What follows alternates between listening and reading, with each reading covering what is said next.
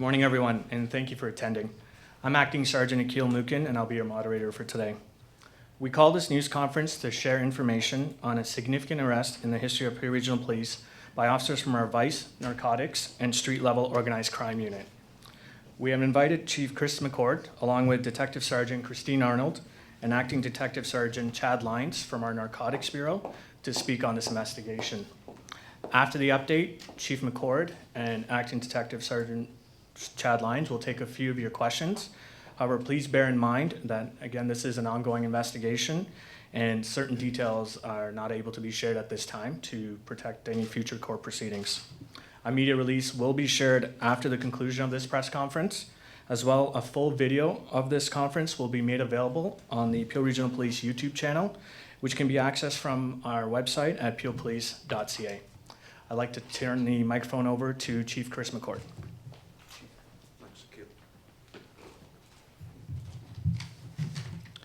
So good morning, everyone, and thank you for joining us today. I would also like to take this opportunity to thank Mayor Crombie and Mayor Brown for joining us today, because this message is about community safety.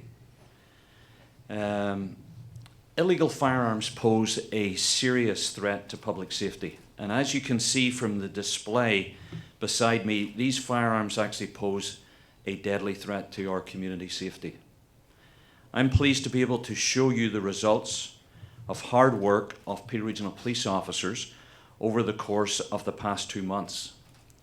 These guns were seized in one of the biggest single firearm seizures in Peel Regional Police history.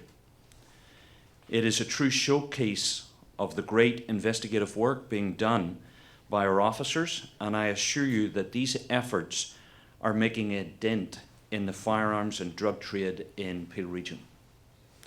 The firearms, drugs, and ammunition you see are the result of Project Baron.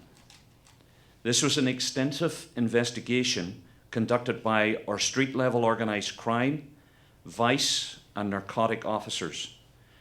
They were supported by our technical support unit, our mobile support services, tactical, bomb units, and officers from our police divisions.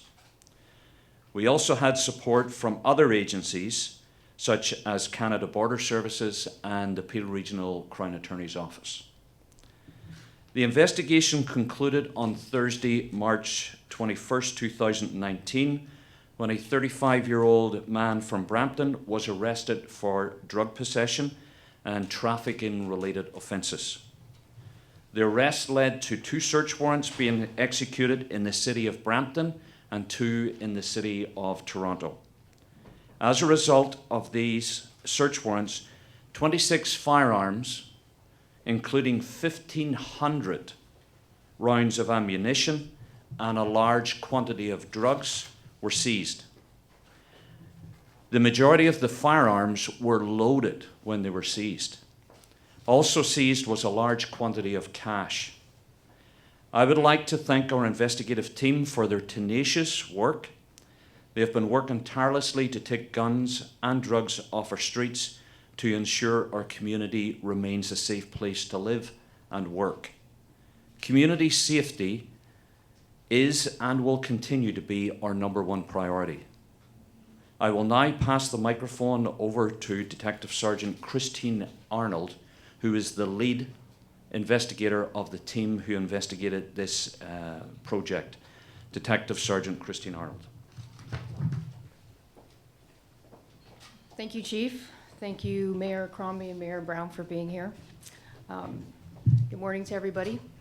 We're pleased to tell you about a significant arrest that we made that led us to find and seize a large quantity of firearms and drugs. This arrest, gun, and drug seizure has made a dent in the criminal operations within our community and will significantly disrupt the distribution of illicit drugs and firearms within our region. In January 2019, investigators learned about a man who was trafficking narcotics within the region of Peel.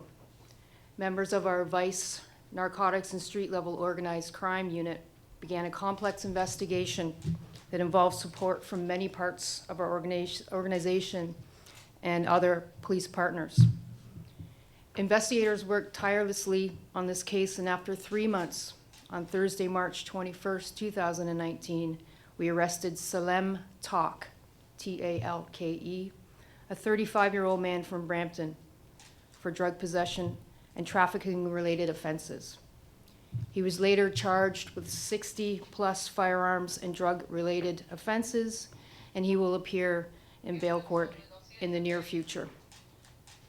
Numerous search warrants were conducted at various locations and on several vehicles within the GTA, all of which were connected to the accused, Mr. Talke. I would now like to turn over the microphone to my partner, Acting Detective Sergeant Chad Lyons, who will provide you with further details about this investigation.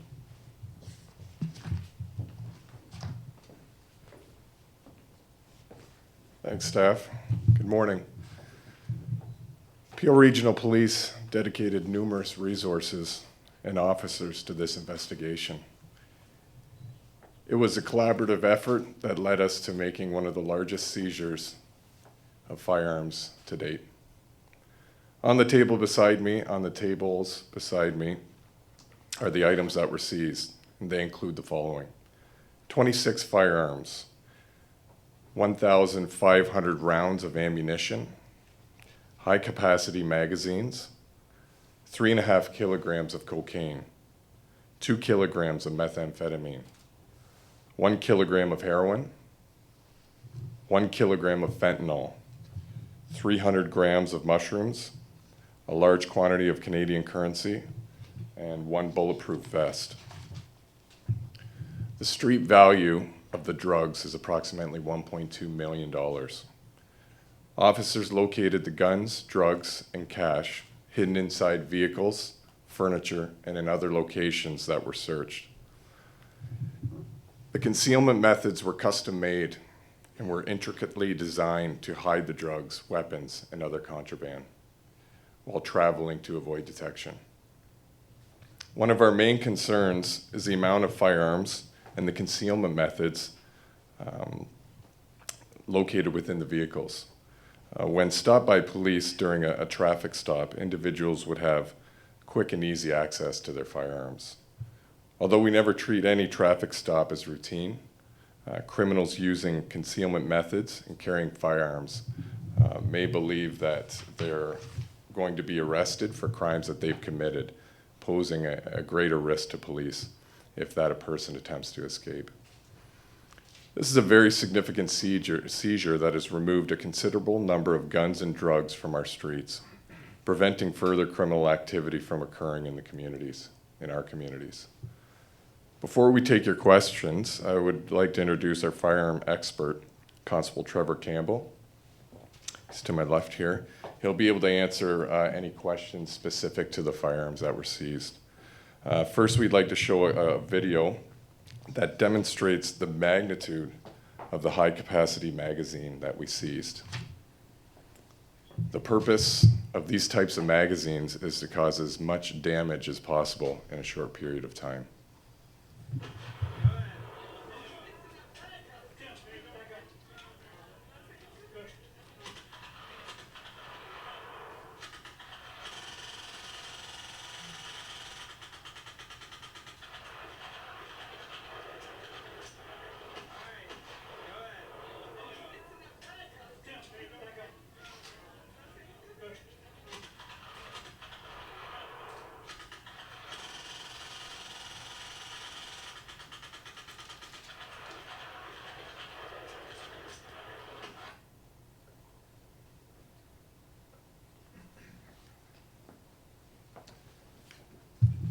Before we take any questions, I'm going to introduce the mayor to come and have a few words.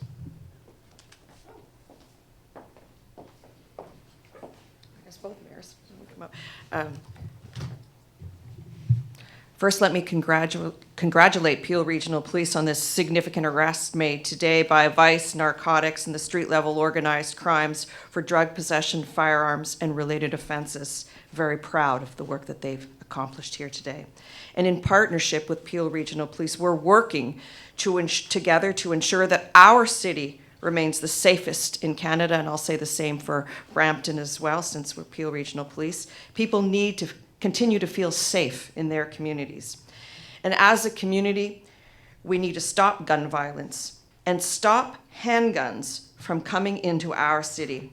I support Peel Regional Police and the brave women and men who work day in and day out to ensure that our city continues to be the safest one, the safest in Canada. For 17 years, Mississauga is one of the safest cities in Canada.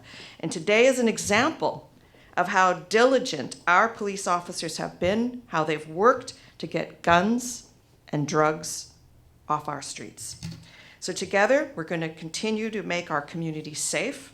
And as mayor, I continue to be committed to my city and to help reduce gun violence. Everyone deserves to feel safe in Mississauga. Thank you. And echoing on the comments of Mayor Crombie, I want to applaud the Peel Regional Police, Interim Chief McCord, for this major accomplishment for public safety. Obviously, last summer, a lot of people were alarmed by the level of gang and gun activity in our community. This is a major breakthrough for public safety, and it's because of the dedication, the courage of our police services, and I just want to, on behalf of the city of Brampton, congratulate them on this significant accomplishment. This is what happens when you equip the police with appropriate resources to do their job, to protect our community. As you know, this year's regional budget allocated 55 new police officers, a signal that we take public safety very seriously. And you see what happens when they have the tools to do their job. They keep our community safe. Everyone has the right to feel safe, and because of the great work of our Peel Regional Police, this is a major step forward for public safety. On behalf of the city of Brampton, thanks to the chief and his entire team for this incredible accomplishment.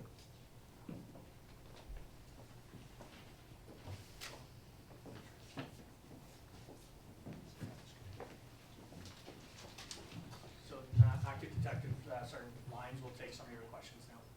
You spoke about the disruption to the guns and drugs within Brampton and Mississauga. Can you elaborate just as to how much this will cripple the criminal activity for both those?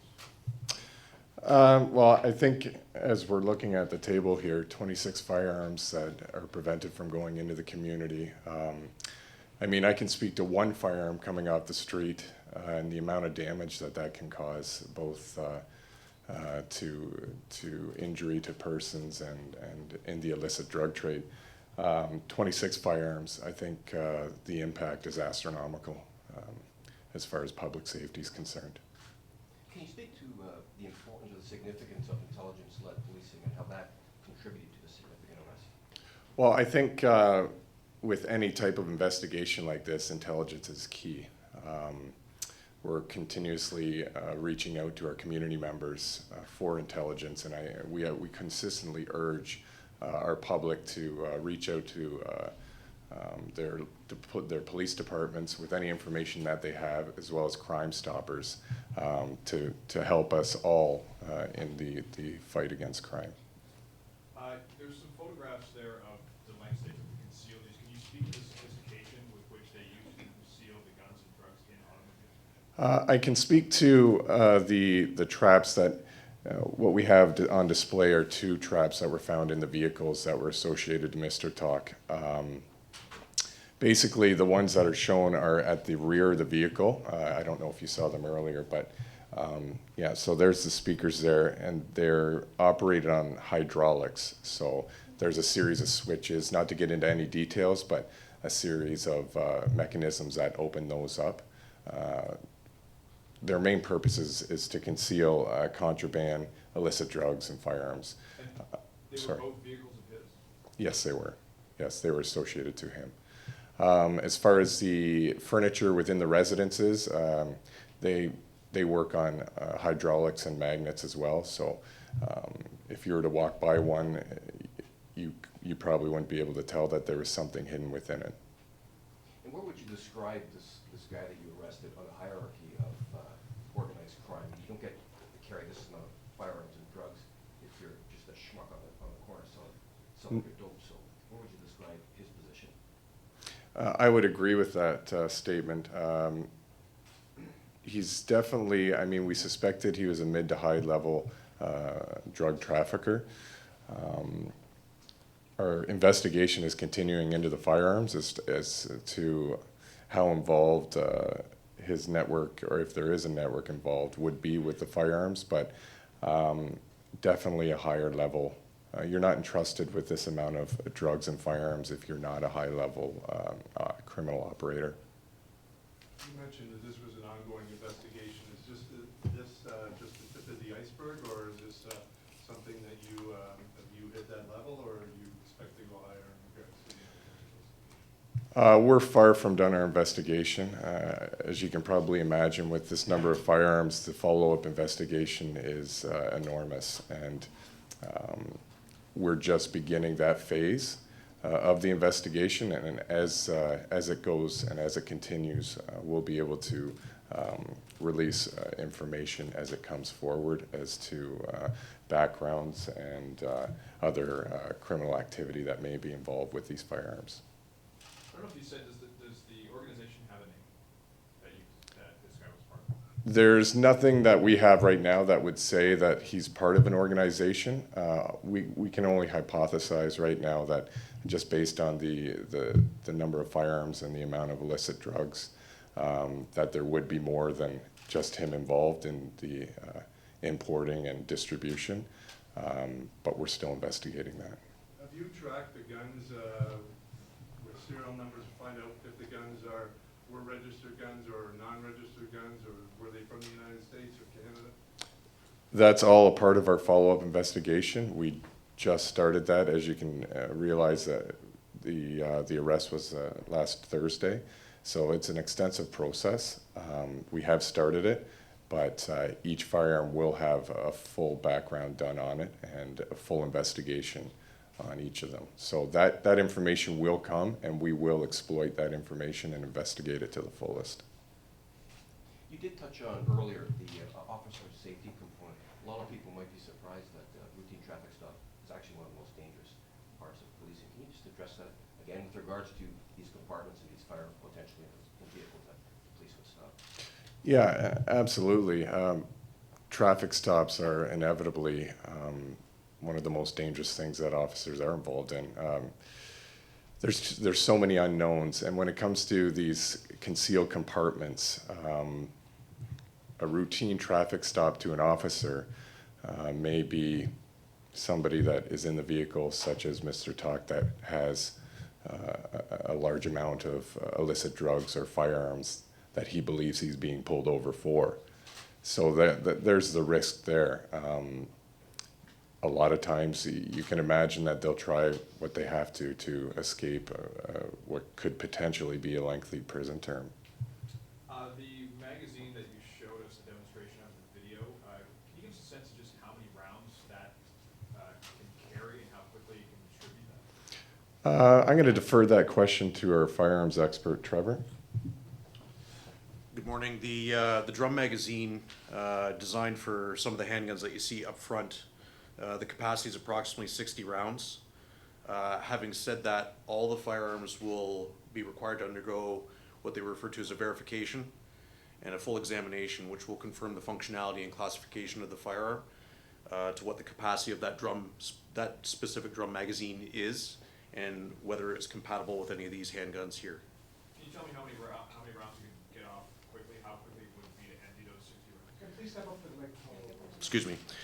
Again, the capability of the handgun and the rate of fire can be confirmed through the examination.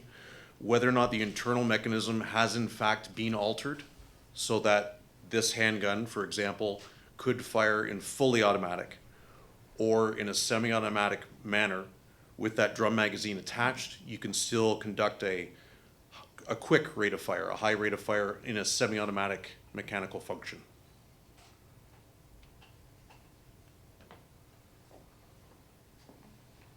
Just a couple more questions. Any more? Just wondering, who would be the intended targets of this kind of weaponry? Are they police forces, or is it other gangs? Really, we have no information as far as who intended targets would be in relation to the firearms use. But I assure you that this investigation is far from over, and the amount of background that we will be able to accumulate on these firearms will help us further the investigation. I know you mentioned Brampton and Toronto. Can you be more specific about the area in which it is operating? Sure. As far as where Mr. Talk resides, there's residences in the area of Sandalwood Parkway and Hurontario Street. There was a storage locker in the Rexdale area of Etobicoke, and there was another residence in the Liberty Village area in Toronto. Thank you everyone for coming. We'll leave the display items out afterwards. If you need additional clips, our investigators will be available after. Thank you. Thank you.